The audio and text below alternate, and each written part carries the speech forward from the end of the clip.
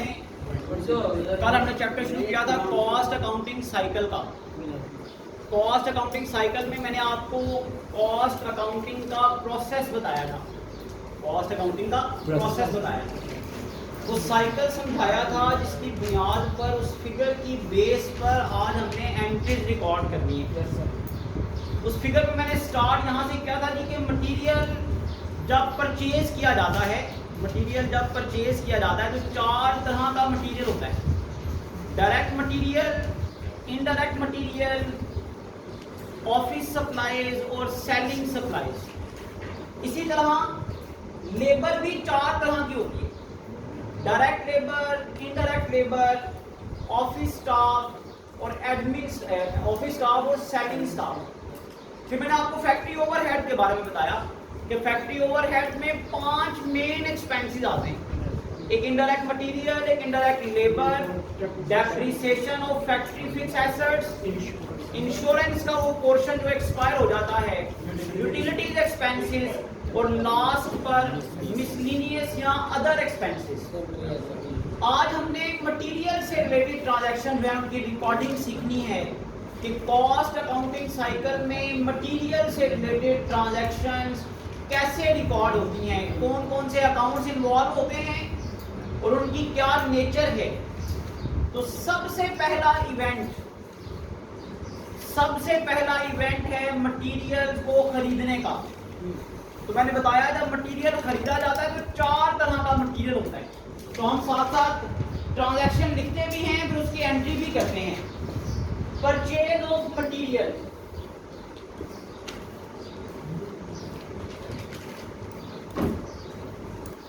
From supplier,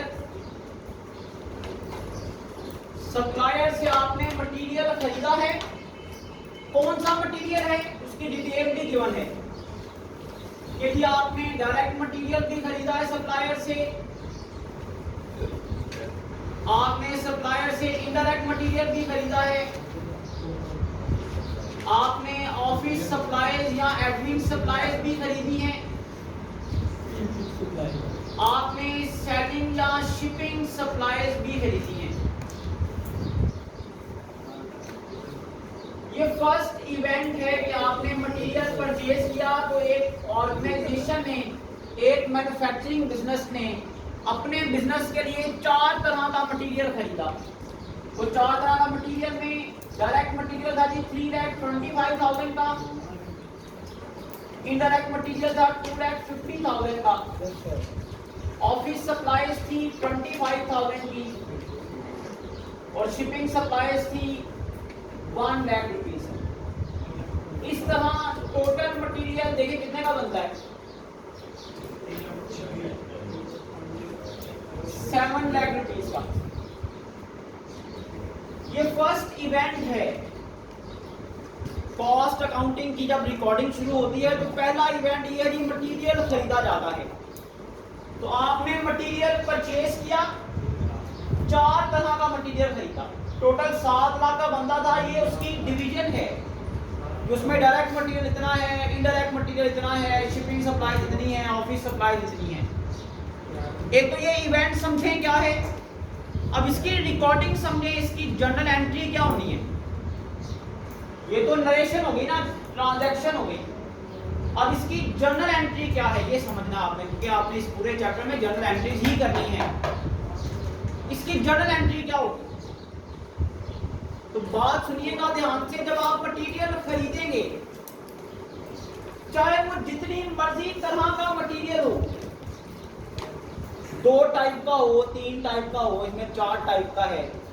जब material खरीदा जाता है तब कोई फर्क नहीं रखा जाता कि कौन सा डायरेक्ट है, कौन सा इनडायरेक्ट है, कौन सी शिपिंग सप्लाईज हैं, कौन सी ऑफिस सप्लाईज हैं। जब मटेरियल खरीदना है तो एंट्री पास करनी है कि मटेरियल कंट्रोल अकाउंट डेबिट। ये ट्रांजैक्शन बता रहा हूं, एंट्री बता रहा हूं क्या करनी है, general entry. Material control account debit और वाउचर पेएबल अकाउंट क्रेडिट। कितने अमाउंट से, 7 लाख रुपीज से। जब मटेरियल खरीदा जाएगा कोई फर्क नहीं रखा जाएगा कि इसमें डायरेक्ट कितना है, इनडायरेक्ट कितना है, शिपिंग सप्लाईज कितनी है, ऑफिस सप्लाईज कितनी है। सबके लिए एक नाम लिखा जाएगा, मटेरियल कंट्रोल अकाउंट डेबिट। वो कहता है इसकी वजह यह है कि जब मटेरियल खरीदा जाता है ना तो हतमी तौर पर ये फैसला नहीं हुआ कौन सा डायरेक्ट इस्तेमाल होगा, कौन सा इनडायरेक्ट इस्तेमाल होगा, कौन सा शिपिंग वाले ले जाएंगे, कौन से ऑफिस वाले ले जाएंगे, क्योंकि अभी मटेरियल यूज नहीं हुआ, अभी सिर्फ खरीदा गया है। अभी मटेरियल सिर्फ परचेज किया गया है, तो सारे मटेरियल के लिए एक अकाउंट यूज होगा। यहाँ पर आप देखें मैंने एक नया लफ्ज आज यूज किया, कंट्रोल अकाउंट, जो आपने इससे पहले नहीं पढ़ा। कंट्रोल अकाउंट कहते हैं parent account, overall account, head of account. बात समझिएगा जरा। देखिए इन चारों के लिए एक नाम का इस्तेमाल किया गया है, इन चारों के लिए एक नाम का इस्तेमाल किया गया। ये चारों तरह के मटेरियल इस एक मटेरियल में जमा हैं, इसलिए लफ्ज लिखा है कंट्रोल अकाउंट। कंट्रोल का मतलब होता है ये ओवरऑल अकाउंट है, ये टोटल अकाउंट है। इससे पता ही चलता है कि इसमें मटेरियल कई तरह का है। बात समझ गए?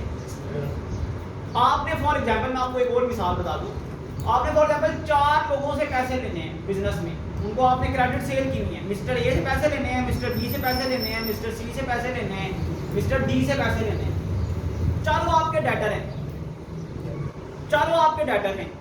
किसी से आपने 1 लाख लेना है, किसी से 2 लाख लेना है, किसी से 5 लाख लेना है। आप चारों का नाम अलग अलग लिख सकते हैं और एक नाम भी लिखा जाता है, उसको कहा जाता है डेटर्स कंट्रोल अकाउंट। उसका मतलब है जिनसे भी पैसे लेने वो सारे के सारे इकट्ठे लिखे जाते हैं, चारों को जमा करें, एक अकाउंट यूज करें, लिखा जाएगा डेटर्स कंट्रोल अकाउंट। अलग अलग लिखना है तो लिखें mister A account debit, mister B account debit, mister C account debit, mister D account debit. इकट्ठा लिखना तो क्या लिखें? Debtors control account. तो कंट्रोल अकाउंट कहते हैं पेरेंट अकाउंट, और इनके नीचे 4 अकाउंट अगर ये बने तो ये क्या है? सब्सिडरी अकाउंट, चाइल्ड अकाउंट, मतहत अकाउंट, सब्सिडरी। या हमने चारों तरह के मटेरियल के लिए एक अकाउंट टाइटल यूज किया, मटेरियल कंट्रोल अकाउंट है। तो ये रूल याद रखना है, जब मटेरियल खरीदा जाएगा तो जितनी भी तरह का मटेरियल खरीदा जाएगा, चाहे 1 टाइप हो, चाहे 2 टाइप का हो, चाहे 4 टाइप का हो, सब के लिए एक अकाउंट टाइटल यूज होगा, that is material control account है। क्लियर है जी? ये फर्स्ट इवेंट है इसकी ट्रांजैक्शन। मैंने आपको इसकी रिकॉर्डिंग बता दी, जर्नल एंट्री बता दी, इस तरह से जर्नल एंट्री इसकी रिकॉर्ड करेंगे। मटेरियल से रिलेटेड दूसरी ट्रांजैक्शन क्या हो सकती है?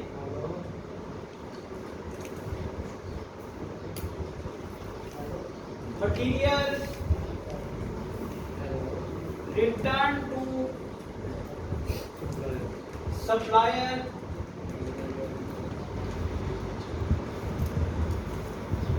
डायरेक्ट मटेरियल भी रिटर्न कर दिया, कुछ इनडायरेक्ट मटेरियल रिटर्न कर दिया,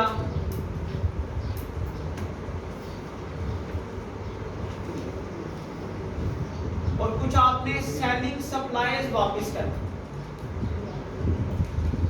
चाहे एक तरह का मटेरियल वापस कर दें, चाहे 2 तरह का वापस कर दें, चाहे हर टाइप का वापस कर दें। जब आपने देखा कि मटेरियल आपकी रिक्वायरमेंट के मुताबिक नहीं है, एक्सेस में आ गया है, इजाफी आ गया है, या ज़रूरत नहीं है, या डिफेक्टिव था, अब टू द मार्क नहीं था, तो आपने वो सप्लायर को वापस दे देना। जब सप्लायर को मटेरियल वापस करेंगे, फॉर एग्जाम्पल आपने 50,000 का डायरेक्ट मटेरियल वापस कर दिया, 20,000 का इनडायरेक्ट मटेरियल वापस कर दिया, और 30,000 की सेलिंग सप्लायर वापस कर दी।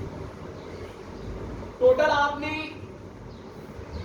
1 लाख रुपए का मटेरियल वापस कर दिया। किसको? सप्लायर। जब मटेरियल खरीदा जाता है तो आप एंट्री करते हैं मटेरियल कंट्रोल अकाउंट डेबिट।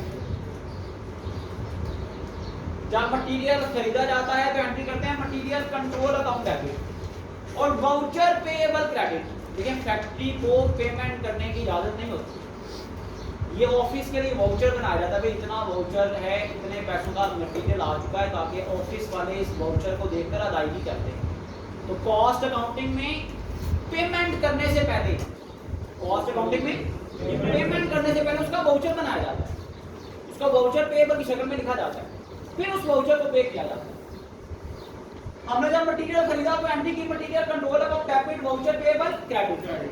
जब ये मटेरियल वापस करेंगे तो इसी की रिवर्स एंट्री कर देनी है, चाहे इसमें एक मटेरियल वापस कर दें, दो तरह का वापस कर दें या सारी तरह का वापस कर दें।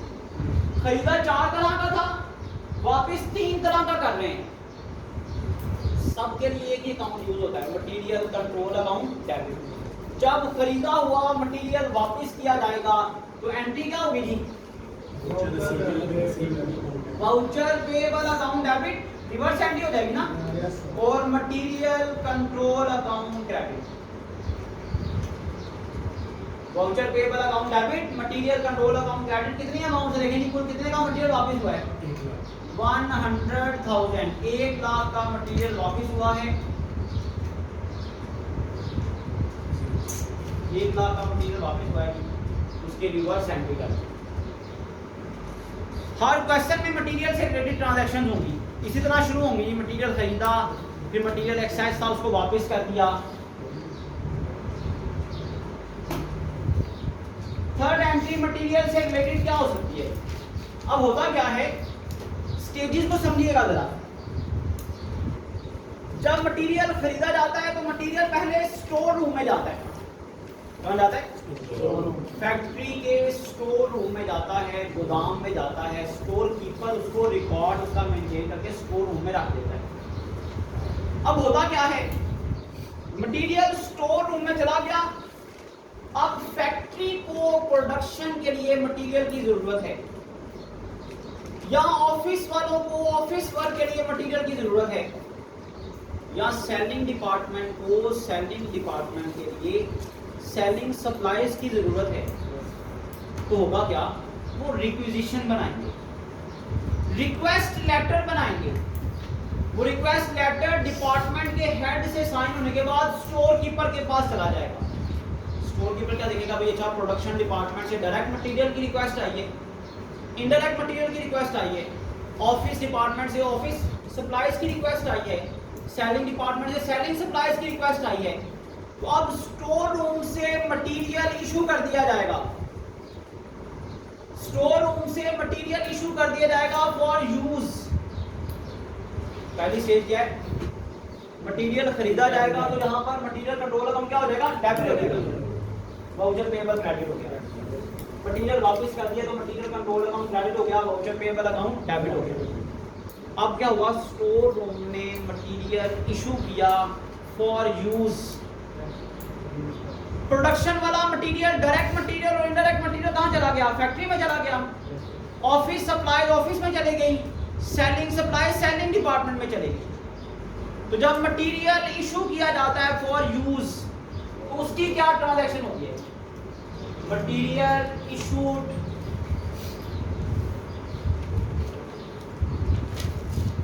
From store room for use. तो पता चला भाई डायरेक्ट मटेरियल कितना इशू हुआ है, डायरेक्ट मटेरियल इशू है जी 2,90,000। इनडायरेक्ट मटेरियल कितना यूज हुआ है, तो जी इनडायरेक्ट मटेरियल 1,10,000 का इशू है फॉर यूज। ऑफिस सप्लाईज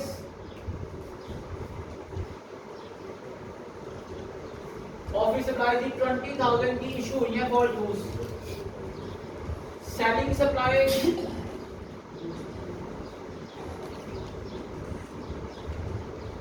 60,000 की इशू हुई है।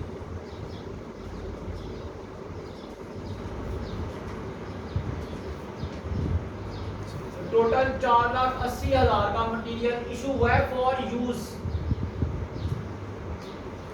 वो मटेरियल जो जब खरीदा था तो मटेरियल कंट्रोल अकाउंट डेबिट किया था, वो मटेरियल अब इशू हो रहा है फॉर यूज इन प्रोडक्शन। वो भी इस्तेमाल हो रहा है, इस्तेमाल होने के लिए इशू हो रहा है। आप जरा ध्यान से समझिएगा जरा बात। कल वाली जो फिगर मैंने बताई थी कॉस्ट अकाउंटिंग साइकिल को, उसके अपने सामने, उसको अपने सामने रखें जरा, उस फिगर को अपने सामने रखें जरा सब लोग शाबाश। उस फिगर के मुताबिक कॉस्ट अकाउंटिंग साइकिल की वो जो फिगर मैंने बताई थी कल आपको, कल के लेक्चर में, प्रीवियस लेक्चर में, उस फिगर के मुताबिक जब डायरेक्ट मटेरियल यूज होता है तो वो किसमें चला जाता है? Work in process. जब इनडायरेक्ट मटेरियल यूज होता है तो किसमें चला जाता है? फैक्ट्री ओवरहेड में। कल की उस फिगर के मुताबिक डायरेक्ट मटेरियल जब यूज होता है तो वो चला जाता है वर्क इन प्रोसेस में। जब इनडायरेक्ट मटेरियल यूज होता है तो वो चला जाता है फैक्ट्री ओवरहेड में। जब शिपिंग सप्लाईज इस्तेमाल होती है तो वो सेलिंग एक्सपेंस में चले जाती है। जब ऑफिस का मटेरियल इस्तेमाल होता है तो वो ऑफिस एक्सपेंस में चला जाता है। अब ये फैसला हो चुका है कि इतना मटेरियल डायरेक्ट के तौर पर इस्तेमाल हो रहा है, इतना इनडायरेक्ट के तौर पर इस्तेमाल हो रहा है, इतनी ऑफिस सप्लाई इस्तेमाल हो रही है, इतनी सेलिंग सप्लाई इस्तेमाल हो रही है। अब क्या करना है? डायरेक्ट मटेरियल जो इस्तेमाल हो रहा है उसके लिए किसको डेबिट करना है? Work in process control account को। Work in process control account 2,90,000 से डेबिट हो जाएगा। पहले एंट्री ध्यान से समझिए, फिर नोट कर लीजिएगा। Work in process control account debit होने का मतलब है इतना डायरेक्ट मटेरियल इस्तेमाल हो रहा है, जितना इनडायरेक्ट मटेरियल इस्तेमाल हो रहा है इसके लिए डेबिट होगा फैक्ट्री ओवरहेड कंट्रोल अकाउंट। जब मटेरियल एक्चुअली इस्तेमाल होता है तो उसको इनको इनके रिस्पेक्टिव अकाउंट्स में रिकॉर्ड किया जाता है। Direct material work in process control account में जाएगा, indirect material factory overhead control account में जाएगा। Office supplies office expense control account में जाएंगी 20,000। Selling supplies selling expense control account में जाएंगी। और क्रेडिट क्या होगा? Very good. जब मटेरियल खरीदा था तो मटेरियल डेबिट किया था, जब मटेरियल पास पड़ा हुआ था तो मटेरियल डेबिट किया था। अब मटेरियल यूज हो गया है तो मटेरियल कंट्रोल अकाउंट इन सब की अमाउंट से क्या हो जाएगा? क्रेडिट हो जाएगा। तो टोटल मटेरियल के अकाउंट में 4,80,000 की कमी हो गई। टोटल मटेरियल का जो अकाउंट था जो पहले डेबिट था, जब ये मटेरियल इस्तेमाल हो गया तो मटेरियल कंट्रोल अकाउंट का बैलेंस कम हो गया। मटेरियल कंट्रोल अकाउंट का बैलेंस कम हो गया तो कहां गया मटेरियल? डायरेक्ट मटेरियल चला गया वर्क इन प्रोसेस में, इनडायरेक्ट मटेरियल चला गया फैक्ट्री ओवरहेड पे, ऑफिस सप्लाई चलेगी ऑफिस एक्सपेंस कंट्रोल अकाउंट में, selling supply selling expense control account में चलेगी। ये मैंने सबके साथ कंट्रोल क्यों लिखा हुआ है देखिएगा जरा। देखिए वर्क इन प्रोसेस 3 वजह से डेबिट होता है। Work in process work in process 3 वजह से डेबिट होता है। किसकी वजह से? देखें जरा फिगर देखें जरा, फिगर देखें, फिगर मटेरियल की वजह से, लेबर की वजह से, एफओएच की वजह से। तो जब एक अकाउंट लिखेंगे ना तो साथ में क्या लिखेंगे? Control account. ये मटेरियल की वजह से हो फिर भी work in process control account debit होता है, लेबर की वजह से हो फिर भी work in process control account debit होता है, फैक्ट्री ओवरहेड की वजह से जब होगा तब भी work in process control account होगा। इसी तरह एफओएच के साथ मैंने कंट्रोल अकाउंट क्यों लिखा है? क्या एफओएच सिर्फ इनडायरेक्ट मटेरियल का नाम है? भाई फैक्ट्री ओवरहेड में 5 तो मेन एक्सपेंस मैंने लिखवाए हैं, बाकी तो मिसलेनियस एक्सपेंसेस हैं। सब की वजह से जब एफओएच लिखना है तो फिर एक अकाउंट लिखना है फैक्ट्री ओवरहेड कंट्रोल अकाउंट, अलग अलग नाम नहीं लिख सकते। तो फिर हम एक account title overall account title use करते हैं, that is factory overhead control account. इसी तरह सेलिंग एक्सपेंस जो है, इसी तरह जो सेलिंग एक्सपेंसेस हैं, एक सेलिंग एक्सपेंस नहीं है। अभी तो ये इनडायरेक्ट मटेरियल, अभी तो ये मटेरियल था ना, ये तो सेलिंग सप्लाईज थी, ऑफिस सप्लाईज थी। अभी सेलिंग स्टाफ को जो सैलरीज देनी है वो भी सेलिंग एक्सपेंस में आनी है। एडमिन स्टाफ को जो सैलरी देनी है वो एडमिन एक्सपेंस में आनी है। बाकी सेलिंग और एडमिन के जो एसेट्स होते हैं, सेलिंग डिपार्टमेंट में यूज होने वाली गाड़ियाँ, ऑफिस में यूज होने वाले इक्विपमेंट्स, उनकी डेप्रीसिएशन, वो भी क्या है? सेलिंग एक्सपेंस है। तो इसका मतलब हमने एक अकाउंट लिख दिया, जितने भी ऑफिस के एक्सपेंस आएंगे इस अकाउंट में लिखे जाएंगे, जितने भी सेलिंग डिपार्टमेंट के एक्सपेंस आएंगे वो इस अकाउंट में लिखे जाएंगे। तो हमने डायरेक्ट मटेरियल को इसके account work in process control account में शिफ्ट कर दिया, इनडायरेक्ट मटेरियल को इसके account factory overhead control account में शिफ्ट कर दिया, ऑफिस सप्लाईज को ऑफिस एक्सपेंस कंट्रोल अकाउंट में लिख दिया और सेलिंग सप्लाईज को सेलिंग एक्सपेंस कंट्रोल अकाउंट में लिख दिया। इनको इनके रिस्पेक्टिव अकाउंट्स में शिफ्ट कर दिया। कल के कॉस्ट अकाउंटिंग साइकिल की फिगर है उसके मुताबिक। और मटेरियल इस्तेमाल हो गया तो मटेरियल कंट्रोल अकाउंट को क्या कर दिया जी, क्रेडिट कर दिया। अब होता क्या है, आप इस मटेरियल को डिपार्टमेंट्स में भेज देते हैं इस्तेमाल करने के लिए, तो किसी ना किसी डिपार्टमेंट से या सारे डिपार्टमेंट से मटेरियल वापस आ जाता है अनयूज्ड, बगैर इस्तेमाल हुए क्या आ जाता है, वापस आ जाता है। डिपार्टमेंट वापस भिजवा देते हैं कि हमें ये मटेरियल नहीं चाहिए, ये हमारी रिक्वायरमेंट के मुताबिक नहीं है, यहाँ इजाफी है, तो उसकी एंट्री क्या होगी, excess material return to store room. पहले स्टोर रूम से इशू हुआ था, अब स्टोर रूम में वापस आ रहा है। कितना मटेरियल वापस आ रहा है देखिएगा जरा ध्यान से, शाबाश। डायरेक्ट मटेरियल फॉर एग्जांपल 20,000 का वापस आ गया। सेलिंग सप्लाईज 5,000 की वापस आ गई। फॉर एग्जांपल ये दो किस्म का मटेरियल वापस आया, बस सारी तरह का आ जाएगा तो सारा लिख देंगे। ये दो तरह का मटेरियल वापस आया सिर्फ। पहले from store room, store room से इशू हुआ था, अब स्टोर रूम में वापस आ रहा है, रिटर्न टू स्टोर रूम। वो जो पहले एंट्री की थी इशू करने की, अब उसके रिवर्स कर दे। डायरेक्ट मटेरियल जब इस्तेमाल हुआ था work in process control account debit हुआ था, अब डायरेक्ट मटेरियल वापस आ रहा है तो क्या करें, work in process control account credit कर दें। कितनी अमाउंट है, 20,000। पहले जब सेलिंग सप्लाई इस्तेमाल हुई थी तो selling expense control account debit हुआ था, अब ये सेलिंग सप्लाई वापस जा रही है, वापस आएंगे तो क्या करेंगे, सेलिंग एक्सपेंस कंट्रोल अकाउंट पहले डेबिट था, अब ये selling expense control account credit हो जाएगा। कितनी अमाउंट है जी, 5,000। रिवर्स होगी ना एंट्री। अब ये दोनों तरह का मटेरियल जब वापस आ जाएगा तो मटेरियल कंट्रोल अकाउंट क्या हो जाएगा, डेबिट हो जाएगा।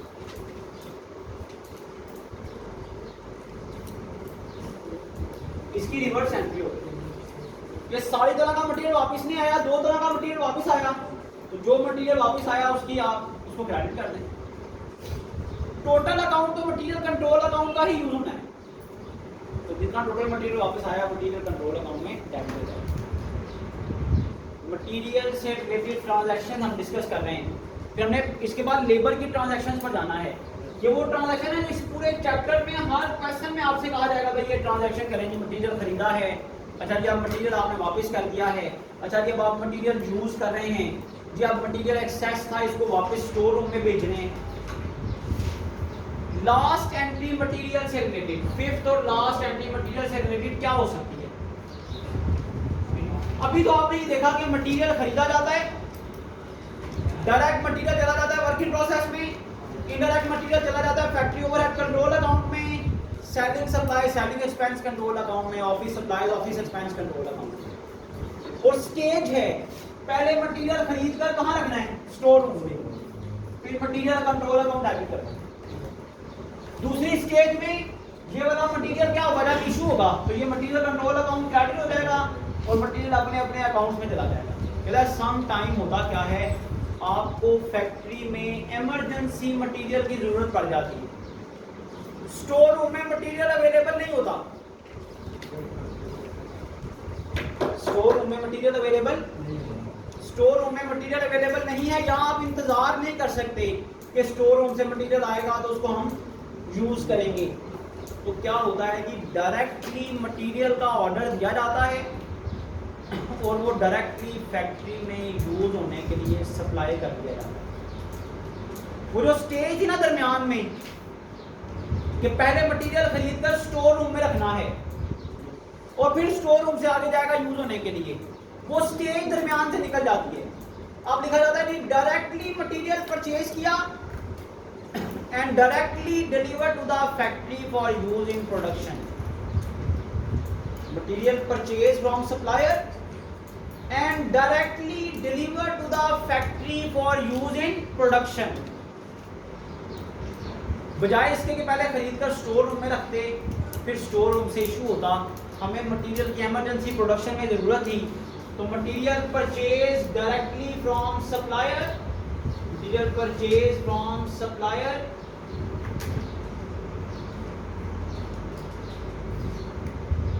and directly delivered to the factory for use in production.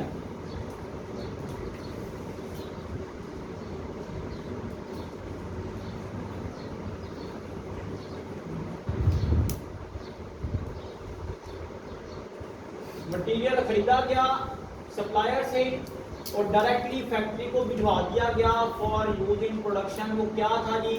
वो डायरेक्ट मटेरियल था, फॉर एग्जांपल 10,000 का, और इनडायरेक्ट मटेरियल था 2,000 का। ये डायरेक्टली खरीदा गया और फैक्ट्री को भिजवा दिया गया फॉर यूज इन प्रोडक्शन। 12,000 का टोटल मटेरियल खरीदा गया और डायरेक्टली भिजवा दिया गया फॉर यूज इन प्रोडक्शन। जब ऐसा होगा कि मटेरियल खरीदा जाएगा और डायरेक्टली डिलीवर कर दिया जाएगा for use in production, production के लिए डायरेक्टली आप इसे डिलीवर कर देंगे, तो ट्रांजैक्शन क्या होगी देखिएगा जरा, बताएगा आप में से कुछ आकाश? जब मटेरियल डायरेक्टली खरीद कर प्रोडक्शन में इस्तेमाल हो जाएगा तो डायरेक्ट मटेरियल डायरेक्टली किसमें चला जाएगा? अब वो जो दरमियान में स्टेज थी ना, पहले खरीद कर मटेरियल डेबिट करने वाली, फिर मटेरियल कंट्रोल अकाउंट डेबिट करने वाली, वाउचर क्रेडिट करने वाली, फिर बाद में दूसरी स्टेज में मटेरियल यूज हो रहा है, वो स्टेज दरमियान से निकल जाएगी। जब मटेरियल डायरेक्टली यूज हो जाएगा तो डायरेक्ट मटेरियल चला जाएगा work in process control account में, इनडायरेक्ट मटेरियल चला जाएगा फैक्ट्री ओवरहेड कंट्रोल अकाउंट में, और क्रेडिट क्या होगा? Voucher payable. भाई मटेरियल कंट्रोल अकाउंट को तो डेबिट किया ही नहीं हमने, जहां तो पहले खरीदते वक्त डेबिट किया हो ना हमने, तो अब उसे क्रेडिट कर दें। हमने तो अब डायरेक्टली खरीदा है और डायरेक्टली उसे प्रोडक्शन में इस्तेमाल कर दिया है, तो work in process control account debit, factory overhead control account debit और वाउचर पेएबल अकाउंट क्रेडिट। कितने अमाउंट से? 12,000। तो ये मटेरियल से रिलेटेड 5 ट्रांजैक्शंस हैं।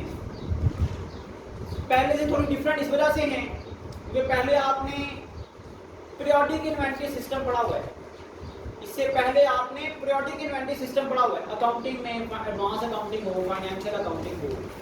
वहां पर जब मटेरियल खरीदा जाता था ना तो परचेजेस डेबिट की जाती थी। यहाँ पर जो मटेरियल खरीदेंगे उसका नाम लिखेंगे, क्योंकि ये परपेचुअल इन्वेंटरी सिस्टम है। मटेरियल के हर चेंज का हिसाब रखा जाता है। यहाँ पर मटेरियल खरीदा जाए तो मटेरियल डेबिट किया जाता है, मटेरियल बेचा जाए, इस्तेमाल किया जाए तो मटेरियल को क्रेडिट किया जाता है। तो ये परपेचुअल इन्वेंटरी सिस्टम है। यहाँ पर मटेरियल के हर चेंज को जैसे ही खरीदा जाएगा इजाफा कर दिया जाएगा, जैसे ही यूज हो जाएगा क्रेडिट करके कमी कर दी जाएगी, हर चेंज को रिकॉर्ड किया जाता है। इसके हम कहते हैं परपेचुअल इन्वेंटरी सिस्टम। तो यहाँ पर ये 5 ट्रांजैक्शन मटेरियल से रिलेटेड कंप्लीट हो गई। कल हम इंशाल्लाह पेरोल से रिलेटेड 5 ट्रांजैक्शन, लेबर से रिलेटेड 5 ट्रांजैक्शन पढ़ेंगे इंशाल्लाह।